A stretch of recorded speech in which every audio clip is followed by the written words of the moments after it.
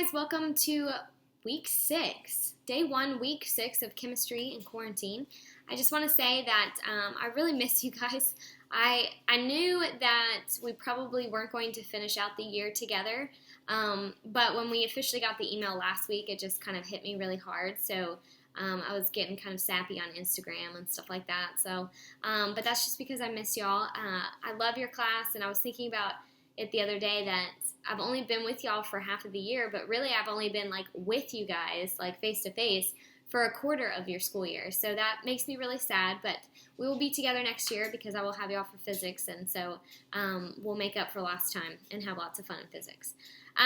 So before we go into the answers for your oxidation review sheet, I wanted to kind of give you a rundown of what this week and the rest of the school year is going to look like. So I'll be really quick, I promise. But so the last day of instruction online is going to be May 15th, and that's a Friday. So let me kind of tell you what chemistry is going to look like from now until then, because there's only 3 weeks to go.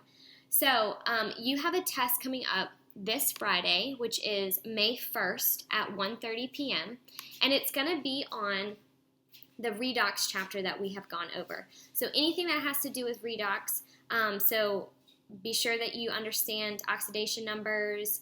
I'm going to teach you in the next video, I'm going to teach you how to actually balance redox equations, and it's probably mostly going to be terms and definitions, so that way you have a good grasp and understanding on what redox actually means and what redox agents mean. And if all of this sounds like foreign language to you, you need to make sure that you're going back and taking good notes, because your test is this Friday, May 1st at 1:30 p.m. Okay, so after your test, which is May 1st, we are going to start a unit on forensic chemistry. So for the last 2 weeks of school, we're going to be studying how we use forensics in the,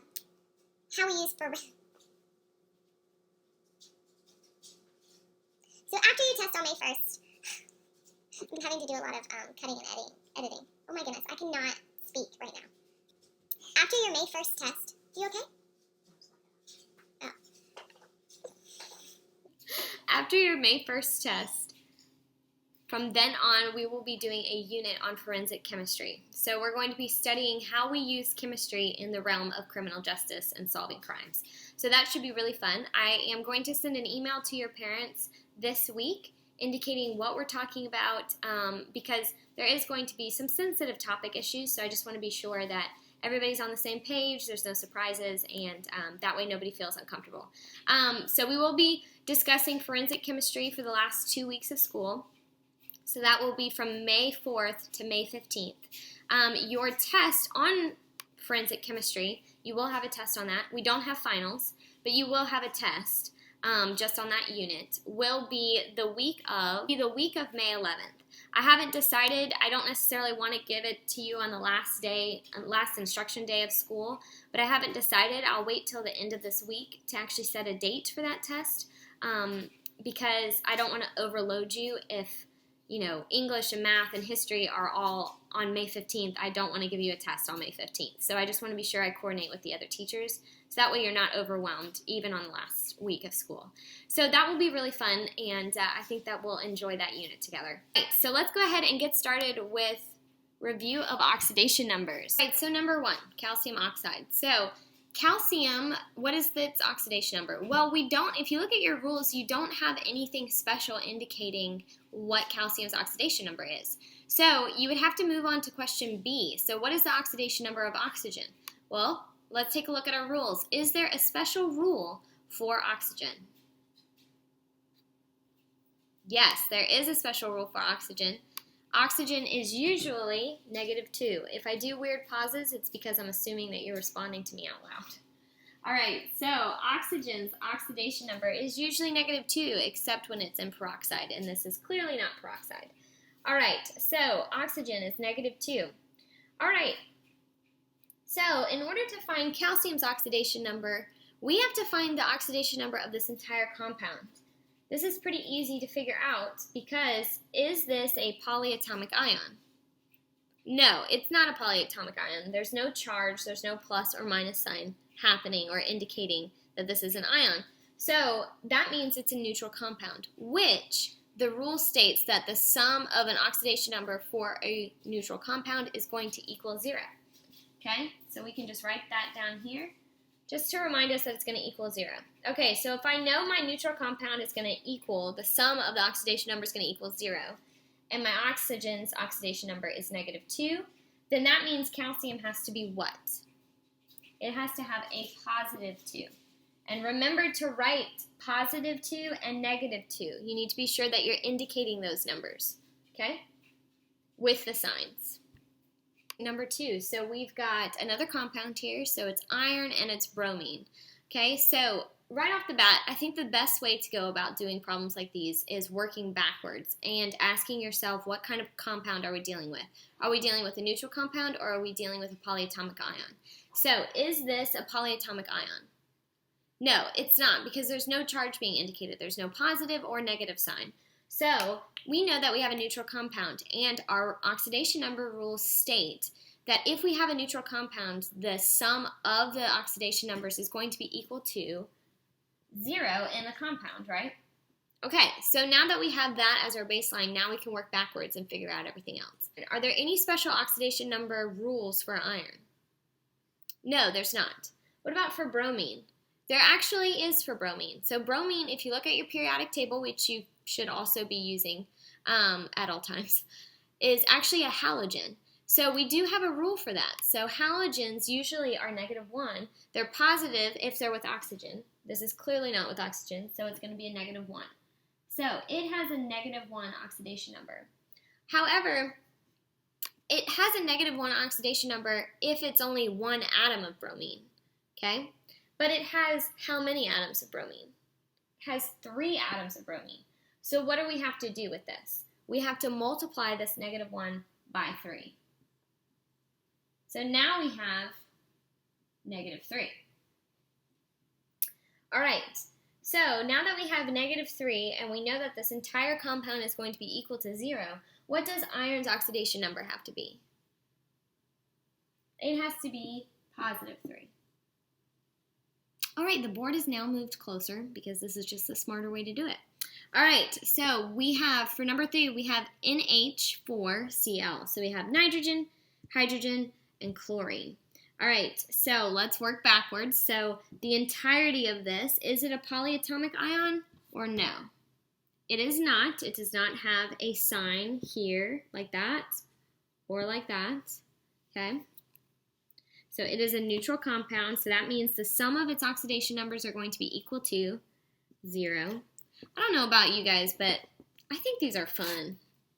I know that might be weird, but all right, so let's take a look. Do we have any rules about nitrogen with oxidation numbers? No, we don't. What about hydrogen? What's our rule for hydrogen? Well, we know that it's +1 with nonmetals and it's -1 with metals. So are we dealing with metals or nonmetals in this one?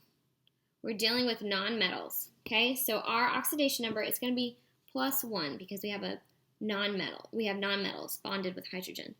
Okay, but there's not only 1 atom of hydrogen, there's 4 atoms of hydrogen that we're dealing with. So that means we have to do what to this +1? We have to multiply it by 4. So really, we have +4 as our oxidation number for hydrogen in this particular compound.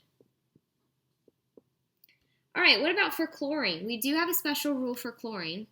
Chlorine is also a halogen. So what does that mean? What does the rule say about halogens? Rule says it's usually -1 unless paired with oxygen.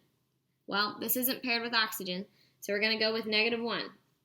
And it'll stay -1 because there's only 1 atom of chlorine. All right, so now we have to ask ourselves, we have +4 minus 1. What's +4 minus 1? 3, right? So what would nitrogen's oxidation number have to be in order for all of this to equal 0? Take a second. So this is going to end up being +3, right? So nitrogen would have to be, its oxidation number would have to be -3. Okay? Because -3 plus 4 is 1, minus 1 is equal to 0. All right, so this last one looks intimidating, but it's actually not. The only thing that's different from this one compared to all the other ones that we've done is this one is a polyatomic ion. How do I know that? I know that because I have a number and a charge on the right upper corner of the last element that's listed, okay? So when it comes to oxidation numbers and our rules for polyatomic ions, we know that the sum of our oxidation numbers of all of these elements are going to have to equal this polyatomic ion's ionic charge. So in this case, it's going to have to equal -2, okay?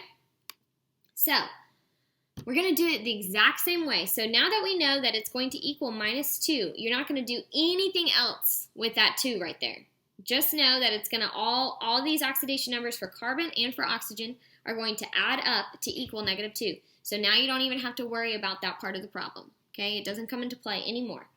All right, so let's look at our first element. So our first element is carbon. Do we have any rules about carbon? No, we do not. Do we have any rules about oxygen? Absolutely we do. We know that it's usually -2. It's -1 in peroxide. Am I looking at peroxide right now? No, I am not. So it's usually -2, so we're going to go with -2. Just going to kind of raise it up a little bit. So -2.